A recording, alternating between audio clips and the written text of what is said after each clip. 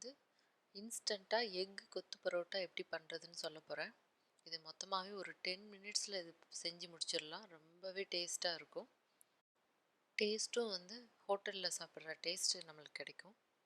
இதை எப்படி பண்ணுறதுன்னு சொல்கிறேன்.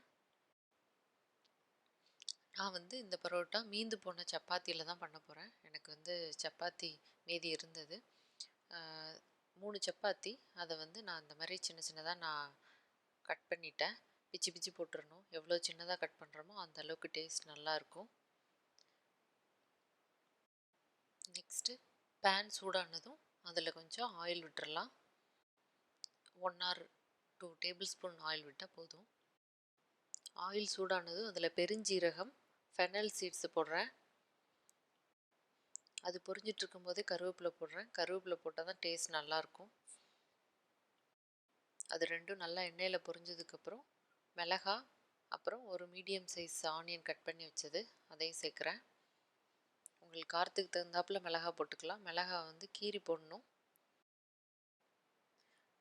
இப்போது இதோட உப்பு சேர்த்து இது நல்லா சாஃப்டாகிற வரைக்கும் நம்ம வதக்கணும். அப்புறம் 2 தக்காளி சின்னதாக கட் பண்ணி வச்சுருக்கிறது அதையும் இதோட சேர்த்துடலாம்.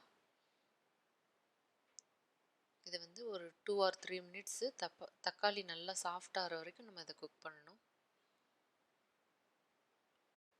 இப்போது தக்காளி நல்லா மசிஞ்சிருச்சு. இதில் வந்து மஞ்சள் தூள் சேர்க்குறேன். அப்புறம் முக்கியமாக சேர்க்க வேண்டியது வந்து செட்டிநாடு சிக்கன் மசாலா. இது வந்து ஹோம்மேடு மசாலா தான். இதோட ரெசிபி வேணும்னா டிஸ்கிரிப்ஷனில் லிங்காக கொடுக்குறேன். மசாலா இல்லாட்டி நம்ம வந்து நார்மல் சிக்கன் மசாலா போட்டுக்கலாம், இல்லாட்டி கரம் மசாலா கொஞ்சம் சேர்த்துக்கலாம். பட் இந்த மசாலா இருந்தால் டேஸ்ட் நல்லா இருக்குது என்னோடய எக்ஸ்பீரியன்ஸில், அதனால் நான் அதை சேர்க்குறேன். வெங்காயம் தக்காளி இந்த மசாலாவோடு சேர்த்து நல்லா மிக்ஸ் ஆகணும்.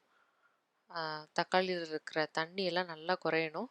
ஒரு 2 to 3 மினிட்ஸு நம்ம மீடியம் ஃப்ளேம் இல்லாட்டி லோ ஃப்ளேமில் வச்சு நல்லா குக் பண்ணணும். இப்போது இதில் வந்து முட்டை சேர்க்கலாம். நான் வந்து 3 முட்டை சேர்க்குறேன். வெஜிடேரியனாக இருந்தால் இதில் வந்து வேக வச்ச பட்டாணி இல்லாட்டி உங்களுக்கு பிடிச்ச காய்கறி எது வேணால் சேர்த்துக்கலாம். நான் வந்து இதில் முட்டை சேர்க்குறேன். முட்டை வந்து ஒரு ஓரமாக அந்த முட்டையை விட்டு கொஞ்சம் கொஞ்சமாக மிக்ஸ் பண்ணணும். நம்ம மசாலாவோட மொத்தமாக மிக்ஸ் பண்ணால் கரெக்டாக வராது. முட்டை வந்து ஒரு நிமிஷம் நல்லா அது கொஞ்சம் வதங்கினதுக்கப்புறம் கொஞ்சம் கொஞ்சமாக அந்த மசாலாவை சேர்த்து மிக்ஸ் பண்ணிகிட்டே வரணும்.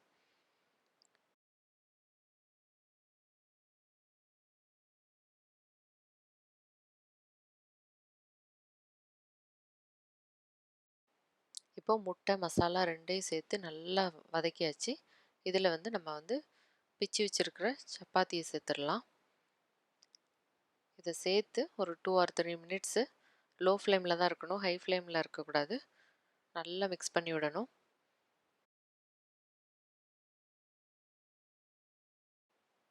கடைசியாக இதில் வந்து கொத்தமல்லி இலை போட்டு அதையும் சேர்த்து நல்லா மிக்ஸ் பண்ணி விட்டுறலாம்.